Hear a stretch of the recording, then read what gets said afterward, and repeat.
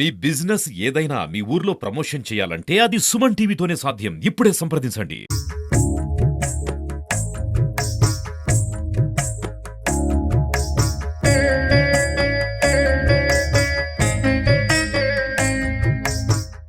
శ్రీమాత్రే నమః. సర్వమంగళమాంగళ్యే శివే సర్వార్థసాధికే శరణ్యే త్రయంబకే దేవి నారాయణీ నమోస్తుతే. ఈ యొక్క క్షేత్రము పార్వతీ పీఠం అని పిలుస్తుంటారు. ఈ యొక్క క్షేత్రము చిత్తూరు జిల్లా బంగారుపాలెం మండలం మొగలవారిపల్లి గ్రామంలో స్వయంభుగా వెలిసినటువంటి మహాపుణ్యక్షేత్రం. ఇది ఎవరు ప్రతిష్టాపన చేసినటువంటి అమ్మవారు కాదు, అమ్మవారే సాక్షాత్ ఒక కొండలో ఈ గుట్ట మీద ఒక రాళ్ల మధ్యలో ఉద్భవించినటువంటి అమ్మవారు.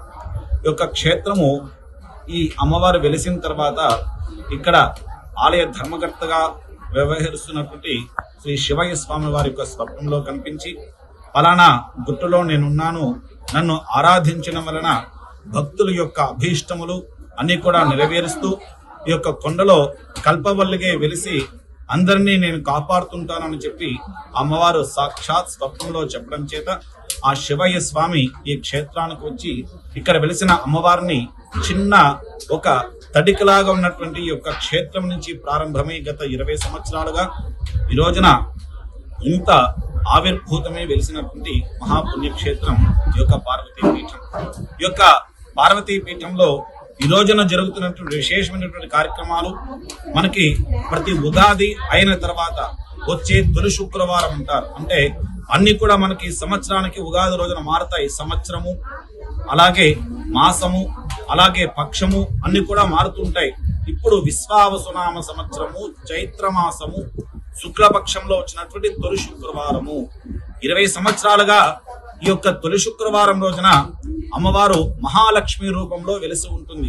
అలాగే ఈ తొలి శుక్రవారం అయిన తర్వాత ప్రతి శుక్రవారం రోజు కూడా అమ్మవారు ఆ శివయ్య స్వామికి ఆ యొక్క శరీరంలో ఆవహించి వాక్కులుగా పలుకుతూ ఉంటుంది.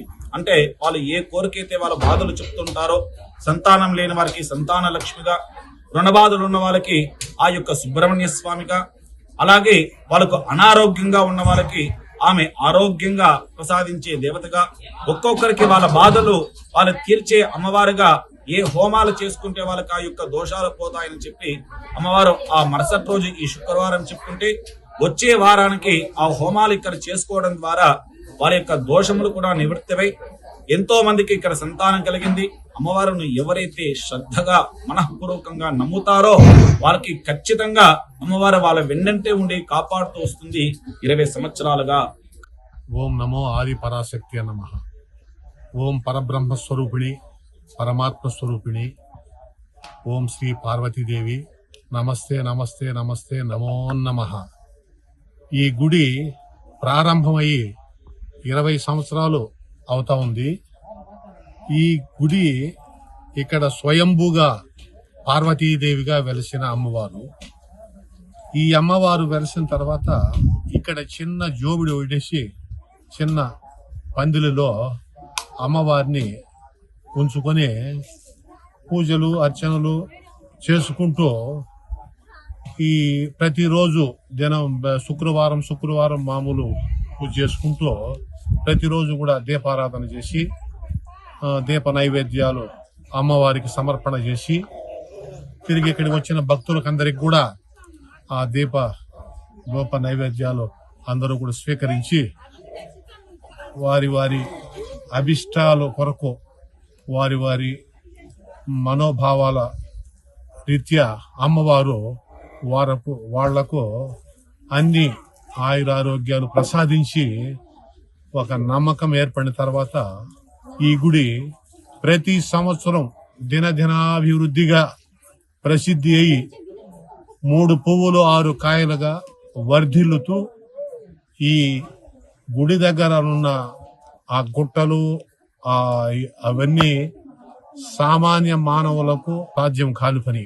అమ్మవారి తలుసుకునింది కాబట్టి అమ్మవారి ఈ క్షేత్రాన్ని ఎంచుకుని ఈ క్షేత్రంలో అభివృద్ధి చేయాలని ఇక్కడ పీఠం అధిష్టానించి ఇక్కడ వచ్చిన భక్తులకు అందరికీ కూడా వారి వారి కోరికలను తీర్చి సంతానం లేని వారికి సంతానము, ఉద్యోగం లేని వారికి ఉద్యోగము రకరకాలుగా వారికి ప్రసాదించి ఈ దినదినాభివృద్ధి చెందుతున్నది. కాబట్టి ఈ అమ్మవారి అనుగ్రహం ఉంటే ఎవరైనా శుభులే. శ్రీ ఆది పరాశక్తి నమః.